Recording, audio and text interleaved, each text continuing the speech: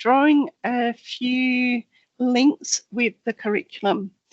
It's always really important, especially when we're talking about using something like Minecraft, where we might have parents that are going, why are you playing a game in class? That we're really strong with our curriculum links and the purpose as to why we're using Minecraft in the classroom.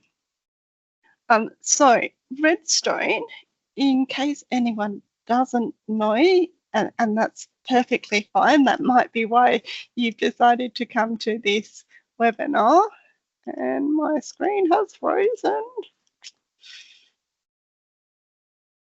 My Teams is frozen. Apologies. So I can't see someone's put something in the chat, but I can't actually read the chat. So you might have to come off mute if it was a question. So curriculum is really important, especially when we're using Minecraft, that we make sure that we know ourselves as teachers, but also that our students know why we're deciding to use Minecraft in our lessons. Redstone is kind of like the electricity of Minecraft.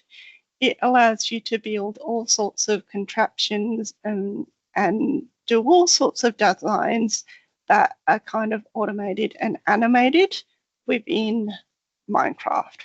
So with that, it has links to science, the obvious ones being around circuitry. So circuitry really comes into year 6. So I've just popped in the year 6 conceptual understanding there, but also in high school you can talk about circuits as well when you dive further into those science curriculum areas. Outside of science, it really fits well into that design and technologies curriculum area. Really good around your iterations, trying to solve problems and things like that. At the end of this session, we have a look in one of the worlds that I sent a link out to, which is around designing a solution for irrigation, and hopefully that will kind of help you understand how it could fit into something like design and tech. So not digital technologies, but more the design and tech side of things. So I mentioned before it's electricity. Has anyone used Redstone themselves before, or are people completely new to the idea of Redstone? If you just give me a thumbs up. In Minecraft Survival, so that's probably what your students are playing if they're playing Minecraft Bedrock or Minecraft Java, Redstone is extremely rare. So it is best used in creativity mode. And you can see some examples here. There's some powered rails. You can use it to open and close doors. You can use it to build lifts, raise stone. My son yesterday was building a trap. You can do it to power anything that you can imagine. There's two main things in Redstone. There's signal producers and signal consumers. So the producers, or actually 3, because there's the redstone itself. So you've got redstone dust, which is this here, and you can see them on the tracks here as well. They're like your wires. You've got redstone blocks. Those are these ones here. They're like your batteries. You've got redstone lamps, which are these ones. They're a bit like batteries as well. And then you've got the producers and the consumers. So the producers are things that make things work. So they're buttons, switches, pressure plates. And the consumers are things that work once they get the redstone signal. So doors, lamps, note blocks, things like that.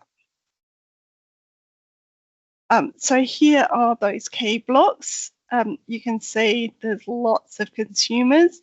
And within that, of course, there's all sorts of different types of doors and lamps and stuff as well.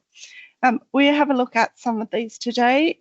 Pistons and sticky pistons are fantastic for redstone, and dispensers and droppers as well are quite special in Redstone. Okay, so now what I would love you to do is to go in to Minecraft, and you're going to see my side of my face because I can't stop sharing and reshare my screen. But if you can please go into Minecraft, and what we want to do is open that world, which is the fault that counts, with the redstone example. So that is the last link that I popped in the chat. So this world here was very nicely created for us by a wonderful gentleman called Stephen Payne, who is from WA and works for a company called Standout Education. And he ran a few webinars for us about 4 years ago now, and one of them was on Redstone. So I've borrowed his world because he'd set up some really nice examples in there. I'm just going to go to where I am. So hopefully you've all come in the world round about the same place. You can see this first block nicely labelled is our redstone ore, and you can see in our toolbar down the bottom as well, we've got some items in there as well. So here's that torch that I mentioned. So that's one of our batteries in Minecraft Education, and then we've got a block here. We've got some redstone dust here, and we've got a lamp that isn't on at the moment. So redstone works if you place it next to the item you want to use it for, or if you place it next to redstone dust. So I'm going to actually type 5, 6 in my toolbar, plonk a block down there. And if you do in your world as well, you should see now that that lamp has lit. If I destroy that block, you can see it goes out again. So that's basically all you need to know for redstone, that you need something connected. Now, levers work without any redstone dust being needed. So if I turn that lever on, oh, it's not connected to anything, but if I turn that one on, you'll see here it's connected to some red dust, and it's come up around the side, and it's lit that lamp there. There are a few things you need to know about redstone dust. Now, redstone dust, you can see here, we've got these stairs. That's because redstone only can go up one block vertically. So that means you do need to get a little bit creative if you want to light something up higher. What my son does is he uses panes of glass, because then you can build like a concertina kind of shape. So you can go vertically up in one block space rather than building those stairs. Okay, this one here is a pressure plate, and again we've got some redstone dust going there, and so this is used to open those doors. So instead of doors, so wooden doors you can open just by hitting them, but every other type of door in Minecraft you need a lever or something to open it. You can see there's a button on the side here as well, and so this is a way to open a door using redstone rather than a lever or a button right next to the door. No worries, Alison. I've had a few issues, technical issues on my side as well. You're on a learner device. I have popped in the chat the link to this world, so hopefully you can find that in the chat and download it.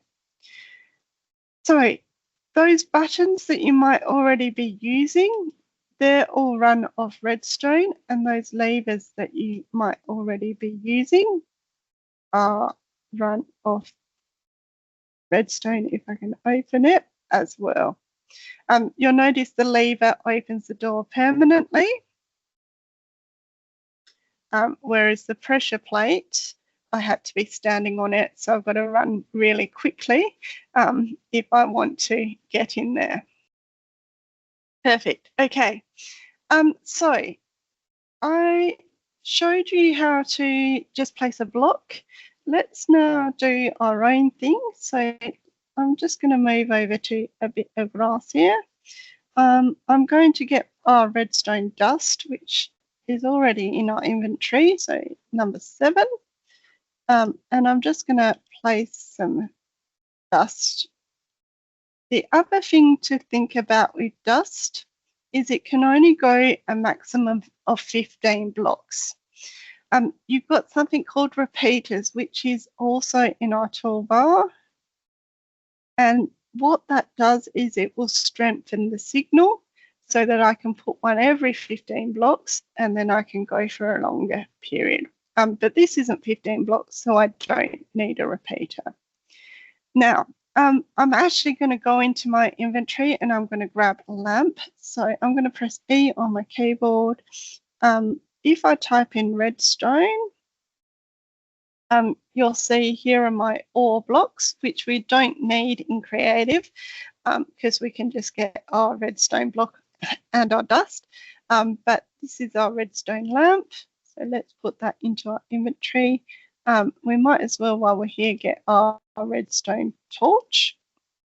That's another battery type thing. And also while we're in here, let's go for something called a dropper. Oh, no, let's go for a piston. So there's 2 types of pistons. There's a normal piston and a sticky piston. Let's drop those 2 both into our inventory as well, because we use them a little bit later. So my inventory is completely full now, so I'm just going to exit out of that. And just so that I've built my own thing, I'm going to place a redstone lamp here, so that's number 2 in my inventory. And then I'm going to go to the end of my redstone dust. And if I want the lamp to stay on all the time, I can place a redstone block. That's number 6. And you can see it's lit. Or if I wanted to have it to be able to turn on and off, let's get rid of that block. I can place a lever. So I've got one in number 1. And so it's turned off and it's in the wrong position. Let's try again. So we turn it on and you can see it light up. Okay, hopefully everyone has managed to build a really simple circuit out of redstone there. Okay, so pistons, we've got a couple in our inventory. Let's go and have a look though at what they actually do. We've got some pistons over here. So here is the piston, and a piston is something that will shift a block and keep it there. So let's just put a lamp in there anyway. And then if I go back and turn my lever on, it's moved that block, and when I turn it off, the block stays there. So I put another redstone block in here, and then if I turn my lever on, it's pushed them both. And so that's a way I can move things around on my screen. So think about things that students can build that involve things being shuffled and moved around. The other type of piston, which is probably the one that your students might have already been using if they're building secret hideouts and things like that, is, hopefully it's on this side. No, here it is. Yep, the sticky piston. So what a sticky piston does is it keeps the block next to it with it. So if I turn this on, you see the blocks have come in to conceal this hideout kind of thing. And you can see my redstone is here. And if I go around the back, you can see it's come up and it's doing that trowel there, and there are my sticky pistons there, 2 of them together, holding those 4 blocks and keeping them together to conceal that exit. So if I do my lever again, you can see those blocks have stuck to those pistons. So a really cool one to do for building hideouts and things like that. Okay, so let's do something ourselves with a sticky piston. So that's that green looking one in my inventory. I think it's number 5. Yep. So if I pop the sticky piston down here, and if I actually place a redstone block on this end of it, it won't turn on yet. And let's walk over the other side, and let's place some redstone dust.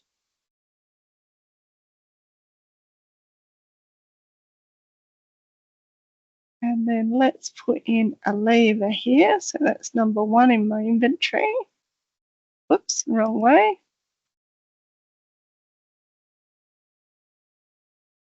And now when I turn it on, not destroy it, my sticky piston has moved.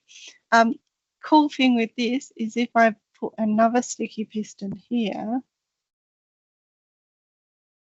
1 block apart. Whoops, wrong way around. There we go. Oops, wrong way around again. Try this one. Yep. If I now turn it on, let's come and see it. It will turn that one on as well, because guess what? There's a redstone block next to it, so it's powered the next sticky piston on. So yeah, really lots of fun you can do there with our sticky pistons, moving things about. Okay.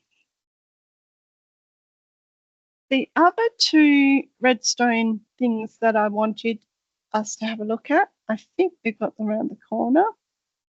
Not the powered lines yet, but we've got these 2 grey blocks with funny faces. There's a dispenser and a dropper. These 2 are really good if or the dispenser and the dropper are really good if you're wanting to incorporate probability, because inside these ones, I've got this inventory in here, and at the moment it's got 9 snowballs and 61 arrows, but it's random what it will spit out. So you could do a whole set of tests around probability and around what it dispenses. A dispenser is going to shoot something out, whereas a dropper here, and the dropper's the same with the inventory, and this one's got redstone lamps and some slates, the dropper will drop it down.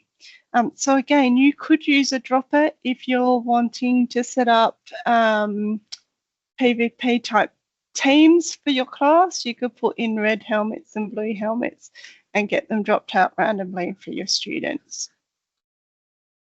So let's turn on the lever. You can see we had a snowball come out, then dispense the dropper. Again, students will know about picking those up.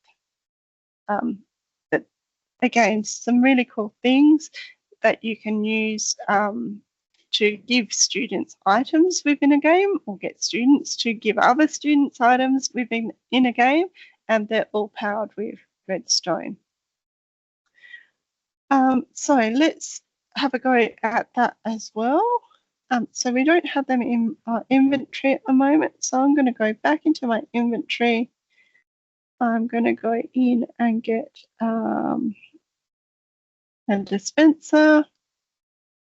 There he is. Let's pop him in instead of my sticky piston, and a dropper. There he is. And then if I come back out, I can place him down. And then to get in and fill the inventory, I need to right click again, and then I can put things into that inventory.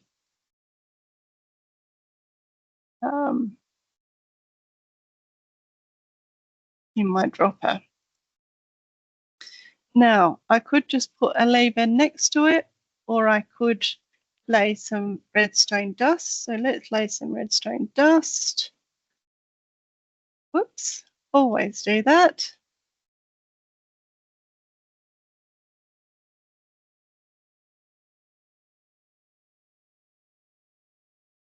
And then we can, whoops, put that lever down there. So that's number 1 in my inventory. And then, whoops, if I turn it on, he's dispensed something for me, and he should dispense something else. If I turn it off and turn it on again, there's another thing that is dropped out for me. Have people managed to do a dropper or a dispenser? If you, again, give me a thumbs up.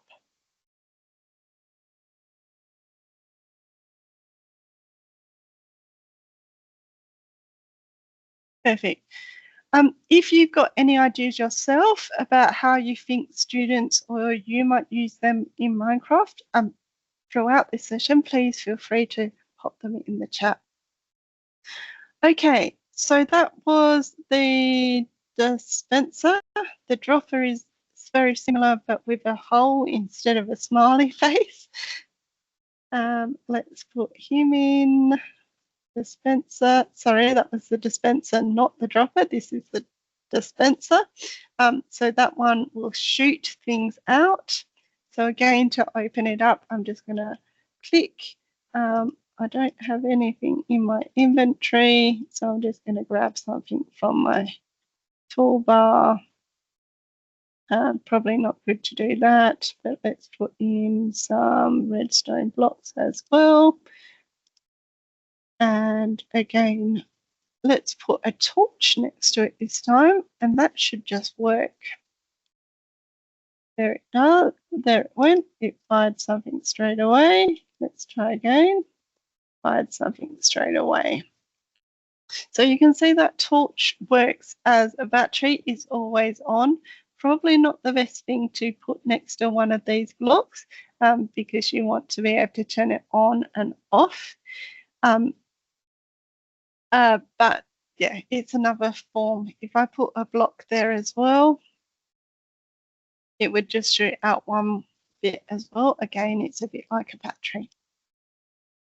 Okay, let's have a quick look now at these powered rails. So, 2 ways to move around. You can walk, you can fly, or you can hop in a cart and go on a rail. So we've got 2 rails here. We've got a normal rail and the powered rail. So the powered rail needs to be powered by redstone. We do actually want to put a cart in, but first of all, we need to add some power to this rail. So I'm going to add this redstone block at the front, and you can see it's turned on. Now, for this one, you want to actually add some power every 4 blocks. Otherwise, the minecart is going to start to slow down. So I'm going to add a redstone torch every 4 blocks. 1, 2, 3, 4. 1, 2, 3, 4. 1, 2, 3, 4. And then that should get me over the line. So there's my track. Let's go back to the start of it. And I want to actually put a cart in there now. Yeah, in some good ideas, Alice. One of the worlds that I've got you to download is a Ruby Goldstein world that someone's created. So you can get your students to do something like that as well. Okay, sorry, back into my inventory. This time I want a cart. Let's just do an empty one. I'll put him in front instead of a dropper. And then I can put him on, and oops, maybe I need a lever. Should have worked with just the mines. Maybe I need to put a torch there. Let's try that instead. And it hasn't worked. I'm always doing the wrong button on my mouse. Why can't we get this going? So it is working now. Sorry, maybe I had to have it switched on before I placed the minecart. I am absolutely positive that your students will be able to work it out, and hopefully you've got a little bit of an idea of how you might use it. Okay, they're the main elements that we're going to have a look at today in this getting started session. So I'm now just going to hop out of this world, and there was 2 other links that I sent you. So I'll just escape this and save and exit. So those links live in a Microsoft team, and that is this one here. So if you haven't joined this team, I really do recommend that you do. There is a channel called Redstone. You can see that's how long ago Steve ran our training session for us. But in the file section, you've got those worlds that I sent links to, but you've also got this whole folder of resources. So Mr. Bowman makes in here. There's that starting template world that I sent you the link to, but there's also a final example as well, and some images to give you some ideas as well. So I'll just pop the link to this team in the chat, because as well as that channel, there's other channels with resources in there as well that might be useful for you. And let me get back to the Teams chat to do that. So you should be able to click on that link and then you can join that team. Let's hopefully now I've got that world in here. There's the irrigation, but it looks like my computer is going funny. So let's go into the irrigation one first, because my Minecraft doesn't normally look brown. Okay, so this one here is in that Mr. Bowman's folder, and this is kind of a challenge world, again focusing on design and technology. If you go to the Minecraft education website as well and search in the lessons for Redstone, there's a whole lot of different worlds that you get your students to go into that are challenge worlds as well. So this one here, you get instructions. You need to use a water source to irrigate crops using redstone, and then you've got a couple of constraints. So if you go down here, there's this example here. So if I turn that on, it's going to, that's a piston, a sticky piston. It's going to let the water out, and when I turn it off, that flow stops. So you've got some ideas, you've got some crop fields here. You've got a big water reserve here. So you can see that the students would really need to have a bit of a think about what they could design so that they could irrigate each of these fields separately and turn the water on and off. So that's that world. Let's escape here. Now, my other world, I don't think has opened up in here, so I'm just going to have to jump into the team to get it. So the other one I sent you the link to is Ruby challenge. And again, this one is an example which you could show your students and then get them to design something similar. So let's just open this up.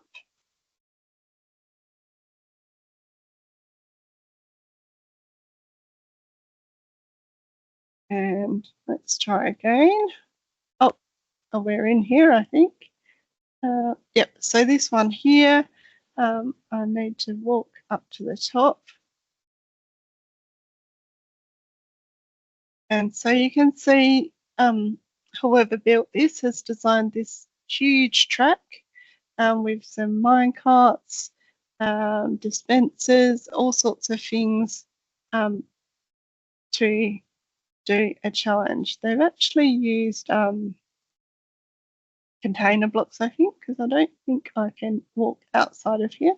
But if I go and press that button, then you can see the redstones lighting up. It's dispensed a cow to go in that cart. Let's try again.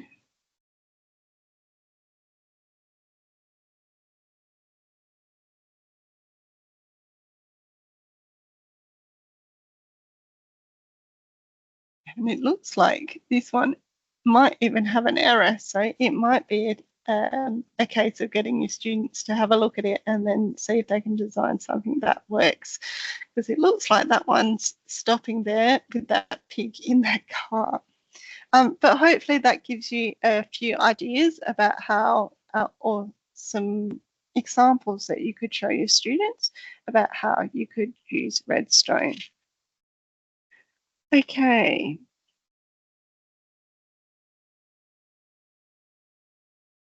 Now, I don't think that there's too much else that I had on my list to go through with you today.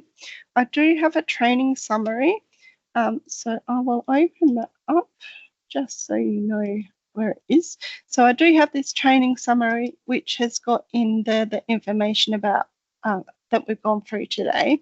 So I'll pop that into the chat that you can have a look at. Do you have some resources, not specifically to Redstone, but always check out the digital skills dashboard on Plink for Minecraft webinars, but also down the bottom here, we've got videos that we publish there as well. So I'll pop that in here as well. And I think we might finish a little bit earlier. Hopefully that has given you, as I said, some ideas about how to get started with Redstone and what it is and some of the blocks you can use. And you might even want to spend the last 10 minutes having a bit more of a play in Minecraft and going in, not in this world, because this world has got container blocks.